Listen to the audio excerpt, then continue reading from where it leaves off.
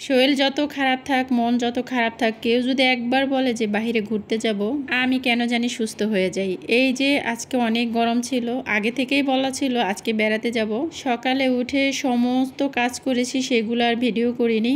এখন বলবেন যে কি কাজ করেছি, আচ্ছা আমি বলছি। ঘুম থেকে উঠে মুখটা কোনো রকম ধুয়ে রান্নাঘরে ঢুকে গেছি সেই 6টায়। প্রথমে সুজি রান্না করেছি, তারপরে রুটি বানিয়েছি 16 থেকে 17টা, তারপরে ভাত ভাজি করেছি, ডিম ভাজি করেছি, বড়ি আলু মাছ বেগুন দিয়ে একটা তরকারি ঝোল করেছি, শাক ভাজি করেছি। গতকালকের কিছু কাপড় ছিল না ধুলেই না, সেগুলো ধুয়েছি, ঘরদোর পরিষ্কার করেছি।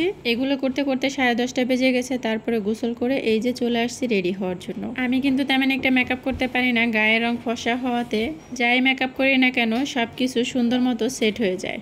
আর আমার কাছে মেকআপ করতে অনেক বেশি ভালো লাগে, তবে আমি কখনো ওইভাবে মেকআপ করা শিখি না। তারপরেও যে আমার মেকআপ করা অতটা খারাপ হয় সেটাও কিন্তু না, ভালোই হয়, খারাপ হয় না। আমার যে ফেস, এখানে কিন্তু অতিরিক্ত সাজলে দেখতে একেবারেই ভালো লাগে না। কিছু কিছু ফেস আছে অতিরিক্ত সাজলে আসলে ভূতের মতো দেখা যায়, তো আমার ফেসটা হচ্ছে ওই রকম। তা আমার কাছে মনে হয় মেয়েদের সাজগুজ করার মধ্যে সবচেয়ে পছন্দের পার্ট হচ্ছে এই যে ব্লাশন দিচ্ছি, এটা ব্লাশন দেওয়াটা আমার অনেক বেশি ভালো লাগে। তো এই যে এখন লাস্টে মাস্কারা দিয়ে দিচ্ছি, আর এই মাস্কারাটা না অনেক বেশি ভালো। আর যাই হোক, আমার না সাজুগুজু করতে সত্যি কথা বলতে অনেক বেশি ভালো লাগে। আসলে বাসায় বসে আমার একদমই সাজুগুজু করা হয় না, মানে বাসায় থাকি সকিনা, কোথাও গেলে একদম জরিনার মতো সেজে যেতে চাই। তখন আমি কাউকে বুঝতেই দেই না যে আমি বাসায় আসলে কি রকম ভাবে থাকি বা কিভাবে থাকি। দেখলে তো মনে হবে যে আমি পুরাই মনে হয় ফিটফাট একজন মানুষ, মানে ফিটফাট হয়ে থাকি সবসময়। আসলে কিন্তু এটা সম্ভব হয় না।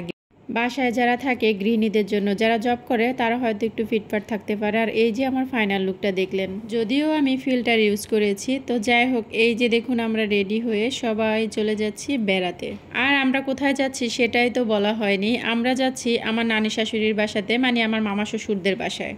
বিয়ের পর যে কতবার মা তাদের বাসাতে নিয়ে গেছে, মানে মায়ের বাড়িতে অনেক ভালো লাগে যেতে। আর এই যে আমার ছেলেকে বলছিলাম বলো তো কই যাই, কারণ আমার ছেলে সারা মাস পাগল করে ফেলে আমাদের। সারাক্ষণ একটাই বলবে আমি বড় মাদের বাসাতে যাব, কারণ একটাই খেয়াতে উঠতে পারে। তো যাই হোক, ছেলেরা কেউ কিন্তু আসেনি, আমি আমার ননদ আমার শাশুড়ি আমরা এসেছি একটা অটো রিজার্ভ করে, একদম বাসার সামনে চলে এসেছি।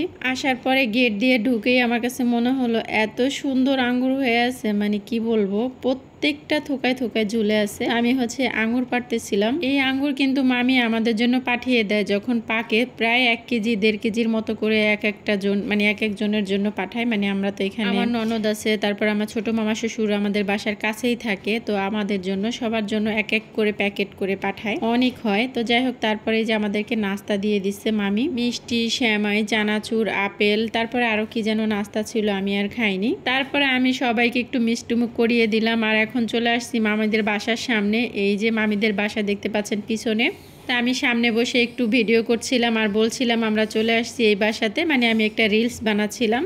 তারপর আমরা এখান দিয়ে হাঁটতে হাঁটতে দেখি সামনে একটা বাসা মাটির চুলায় রান্না করতেছে। তো আপু দেখছি তাদেরকে চিনে, তারাও আমার মামা শ্বশুর হয়, মানে ওই যে থাকে না বাড়ির আশেপাশে মামা থাকে, তো ওইরকম একটা মামা, তাদের বাসাতে গেলাম একটু মাটির চুলার ভিডিও বানানোর জন্য। তো আমার ওই মামিরা হচ্ছে অন্য জায়গায় ঘর করে চলে যাবে, এর জন্য ঘরটা একটু এলোমেলো হয়ে আছে। তো মামি বললো বসতে, আমরা আর বসিনি, চলে আসছি বাসায়। এসে দেখি রান্না বান্না হয়ে গেছে সব। এই যে গরুর গোস্ত, মুরগির গোস্ত, ডিম ভুনা, তারপরে আলু ভাজি, সব কিছু আছে খাবার। আমরা এখন খেয়ে নিচ্ছি। আর অনেক মানুষ ছিল, যার কারণে আমরা সবাই নিচে বসেই খাচ্ছি। টেবিলের উপরে এত মানুষ একসাথে খাওয়া যাবে না, কারণ 10-15 জন মানুষ ছিল। তো এই যে আমরা এখন খেয়ে নিচ্ছি, খেয়ে হচ্ছে বিকেলবেলা বাসায় চলে যাব। সবাই ভালো থাকেন, আল্লাহ হাফেজ।